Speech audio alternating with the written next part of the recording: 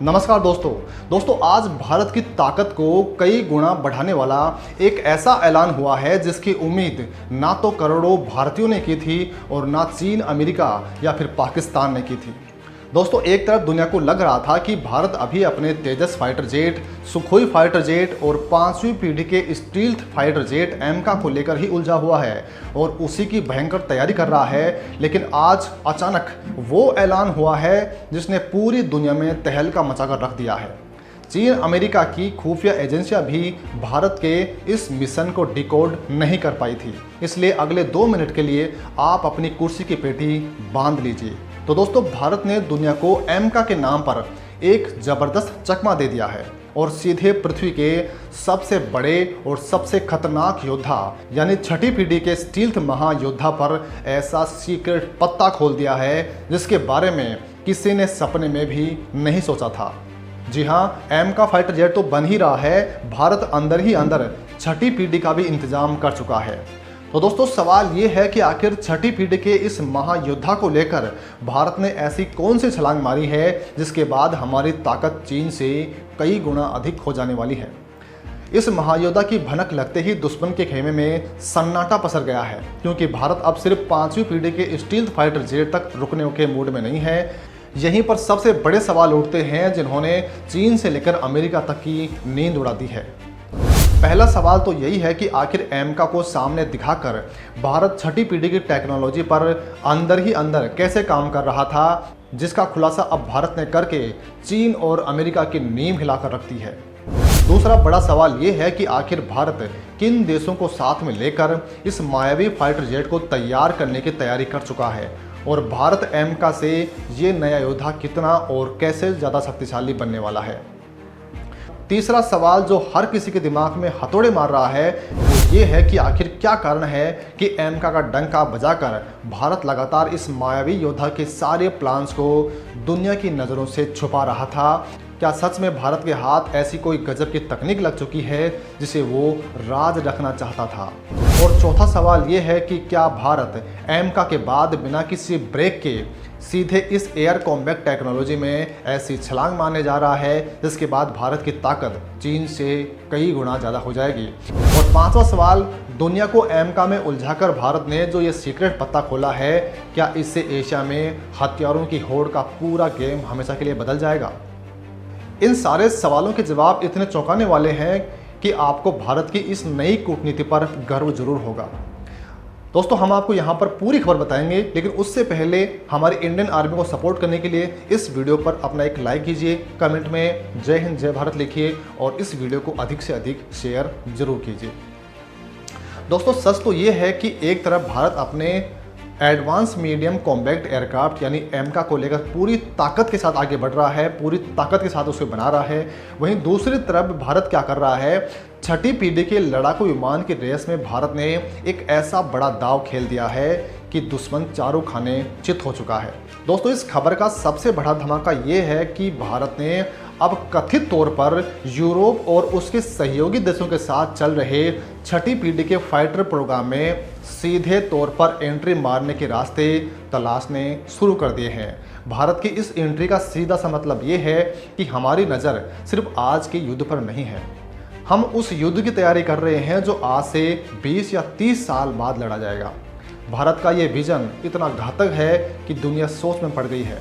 तो आखिर 6ठी पीढ़ी का ये फाइटर जेट इतना खास क्यों है और भारत किस कार्यक्रम में अपनी जगह बनाने जा रहा है। इस राज से पर्दा उठाने के लिए हमें दुनिया के 2 सबसे बड़े प्रोग्राम को समझना होगा। इस वक्त दुनिया में 2 बड़े इंटरनेशनल प्रोग्राम चल रहे हैं। एक है ब्रिटेन, इटली और जापान का ग्लोबल कॉम्बैट एयर प्रोग्राम यानी GCAP और दूसरा है फ्रांस, जर्मनी से जुड़ा हुआ फ्यूचर कॉम्बैट एयर सिस्टम यानी FCAS। अब सवाल ये है कि इन दोनों में से भारत के लिए कौन सा रास्ता अधिक फायदेमंद है और क्या भारत एमका के बाद सीधे 6ठी पीढ़ी की एयर कॉम्बैट टेक्नोलॉजी में छलांग मारने वाला है।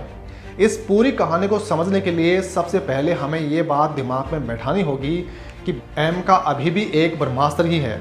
लेकिन दोस्तों, सैन्य तकनीक आज जिस रॉकेट की रफ्तार से बदल रही है उसमें सिर्फ 5वीं पीढ़ी के भरोसे बैठना आने वाले दशकों के लिए समझदारी नहीं है और रक्षा मंत्रालय भी यही सोच रहा है। संसद की रक्षा समिति से लेकर रक्षा मंत्रालय तक ने अब साफ कर दिया है कि छठी पीढ़ी के लड़ाकू विमान के इंटरनेशनल डेवलपमेंट प्रोग्राम से भारत को जोड़ने की दिशा में जोरों शोरों से काम किया जा रहा है। यानी दोस्तों, भारत का प्लान ये बिल्कुल नहीं है कि पहले एम का बनाएंगे, उसे लंबे समय तक उड़ाएंगे और फिर कई दशकों बाद में अगली पीढ़ी का सोचेंगे। भारत की सोच अब एकदम आक्रामक हो चुकी है। प्लान ये है कि एमका के विकास के साथ साथ अगली तकनीकी छलांग की भयंकर तैयारी अभी से शुरू कर दी जाए, क्योंकि छठी पीढ़ी का ये फाइटर जेट केवल एक नया विमान नहीं होने वाला है, बल्कि ये पूरा का पूरा एक उड़ता हुआ कॉम्बैट सिस्टम होने वाला है। आज के समय के जो स्टील्थ फाइटर जेट होते हैं उनमें रडार, सेंसर और हथियार एक ही विमान में सेट हो सकते हैं, लेकिन छठी पीढ़ी की अवधारणा इससे 100 कदम आगे की चीज़ है। ये मायावी योद्धा खुद में सिर्फ एक लड़ाकू प्लेटफॉर्म नहीं रहेगा, बल्कि ये हवा में उड़ते हुए पूरे युद्ध के नेटवर्क का एक बॉस बन जाएगा, एक सेंट्रल नोड। इसके साथ आसमान में बिना इंजन वाले कॉम्बैक्ट ड्रोन उड़ेंगे, दूर बैठे सेंसर और सैटेलाइट इसके दिमाग को पल पल की खबरें देंगे और लंबी दूरी के खतरनाक हथियार इसके इशारे पर दुश्मन को खाक में मिला देंगे। इन सबसे मिलने वाली जानकारी को आर्टिफिशियल इंटेलिजेंस और एडवांस सेंसर फ्यूजन सिस्टम इतनी तेज़ी के साथ प्रोसेस करेंगे कि दुश्मन को पलक झपकने का मौका तक नहीं मिलेगा। यानी हमारा पायलट अब अकेला विमान नहीं उड़ाएगा, वो तो आसमान में उड़ते हुए पूरी एक फौज को कमांड करेगा। आसमान में पूरी फौज को कमांड करने की इसी खासियत को मैन अनमैन टीमिंग कहा जाता है, जो छठी पीढ़ी की सबसे बड़ी ताकत है। आसान भाषा में समझें तो एक पायलट वाले फाइटर जेट के साथ कई सारे खूंखार ड्रोन एक टीम की तरह काम करेंगे। ये ड्रोन दुश्मन के इलाके में घुसकर उसके सेंसर की भनक लाएंगे, निगरानी करेंगे और मुख्य विमान के इशारे पर सीधे बमबारी कर देंगे। इस पूरे नेटवर्क को एक ऐसे सुपर सिक्योर डेटा लिंक से जोड़ा जाएगा जिसे हैक करना किसी के बाप की बस की बात नहीं होगी। इस भयंकर तकनीक को देखकर ही सब हैरान है कि आखिर भारत किस प्रोग्राम में शामिल होने वाला है। भारतीय वायुसेना के इशारों से ये साफ हो चुका है कि भारत GCAP या FCAS में से किसी एक बड़े इंटरनेशनल ग्रुप के साथ पार्टनरशिप करने पर गंभीरता के साथ में विचार कर रहा है। अगर ऐसा हो जाता है तो मानकर चलिए कि ये भारत की एयर पावर रणनीति में एक ऐसा भूचाल होगा जो दुश्मनों के होश उड़ा देगा। क्योंकि दोस्तों, किसी छठी पीढ़ी के प्रोग्राम में एकदम शुरुआत से शामिल होना किसी बने बनाए विमान को खरीदने से 1000 गुना बड़ी बात होती है। अब दोस्तों, आप ज़रा सोचिए, अगर हम कई दशक बाद किसी देश से तैयार छठी पीढ़ी का विमान खरीदते हैं तो हमें विमान तो मिल जाएगा, लेकिन उसके डिज़ाइन, सॉफ्टवेयर और असली तकनीक पर हमारा कोई कंट्रोल नहीं रहेगा। लेकिन अगर भारत आज ही किसी प्रोग्राम के शुरुआती चरण में घुस जाता है तो हमारी अपनी कंपनियों और रिसर्च संस्थानों के लिए उस विमान को डिज़ाइन करने का रास्ता खुल जाएगा। और यहीं पर वो सबसे बड़ा फ़ायदा छिपा हुआ है जिसने दुनिया को हिलाकर रख दिया है। भारत को अब सिर्फ एक फाइटर जेट प्लेन नहीं चाहिए, भारत को उस तकनीकी इकोसिस्टम में कोशिश चाहिए जहां भविष्य के ये उड़ने वाले राक्षस डिज़ाइन किए जाएंगे, जहां एडवांस एवियोनिक्स तकनीक विकसित होगी, जहां पर AI आधारित कॉम्बैट सिस्टम तैयार होने वाले हैं और जहां साइबर रिजिलियंस पर काम होगा। अगर भारत इस लेवल पर जाकर किसी प्रोग्राम में घुसता है तो हमारी घरेलू कंपनियों और DRDO को ऐसा तगड़ा बूस्ट मिलेगा कि हम दुनिया के टॉप हथियार निर्माताओं में शामिल हो जाएंगे। लेकिन यहाँ पर वही सवाल घूम कर आ रहा है कि आखिर भारत किस ओर जाएगा, GCAP की तरफ या फिर फ्रांस और जर्मनी के FCAS की तरफ। GCAP की सबसे बड़ी खूबी ये है कि इसमें जापान जैसा इलेक्ट्रॉनिक का बादशाह, ब्रिटेन जैसा विमान और इंजन तकनीक का उस्ताद और इटली जैसा मजबूत देश शामिल है। वहीं दूसरी तरफ फ्रांस वाला रास्ता भारत के लिए एक अलग ही लेवल पर फायदेमंद हो सकता है। आप सब लोग जानते हैं कि भारत और फ्रांस की दोस्ती पिछले कुछ सालों में कितनी धाकड़ हो चुकी है। राफेल फाइटर जेट इसका सबसे बड़ा और जीता जागता सबूत है। अगर भविष्य में भारत फ्रांस के साथ इस बड़े प्रोग्राम में शामिल होता है तो हमारा पुराना औद्योगिक और रणनीतिक संबंध एक बहुत बड़ा बेस बन सकता है। लेकिन दोस्तों, चाहे फ्रांस हो या फिर जापान, भारत की शर्त एकदम साफ है। भारत किसी भी प्रोग्राम में शामिल होने से पहले सिर्फ विमान की कीमत नहीं देखेगा, बल्कि सबसे बड़ा तकनीकी सवाल ये दागेगा कि हमें तकनीकी अधिकार कितना मिलेगा। जी हाँ, भारत ये पूछेगा कि हमें कौन सी तकनीक मिलेगी, किन चीज़ों पर हमारा पूरा मालिकाना हक होगा, हमारी भारतीय कंपनियों को कितना काम मिलेगा और क्या हमारे इंजीनियर इसके मूल डिज़ाइन में अपना दिमाग लगा पाएंगे। भारत की सबसे बड़ी चिंता ये है कि क्या हमें विमान के सॉफ्टवेयर पर पूरा अधिकार मिलेगा, जिससे कल को हम अपने खुद के स्वदेशी हथियार इस विमान में बिना किसी रोक टोक के लगा सकें। अगर भारत का मकसद सिर्फ जहाज़ों की संख्या बढ़ाना होता तो तैयार विमान हम खरीद सकते थे, लेकिन हमारा लक्ष्य अगली पीढ़ी की तकनीक पर आत्मनिर्भर बनना है। इसलिए शुरुआती दौर में इस रेस में घुसना भारत के लिए ब्रह्मास्त्र साबित होने वाला है। और जो लोग ये सोच रहे हैं कि इस छठी पीढ़ी के चक्कर में कहीं भारत एमका प्रोजेक्ट को लेट ना कर दे, तो वो बिल्कुल गलत है। ये दोनों प्रोग्राम एक दूसरे के कट्टर साथी साबित होने वाले हैं।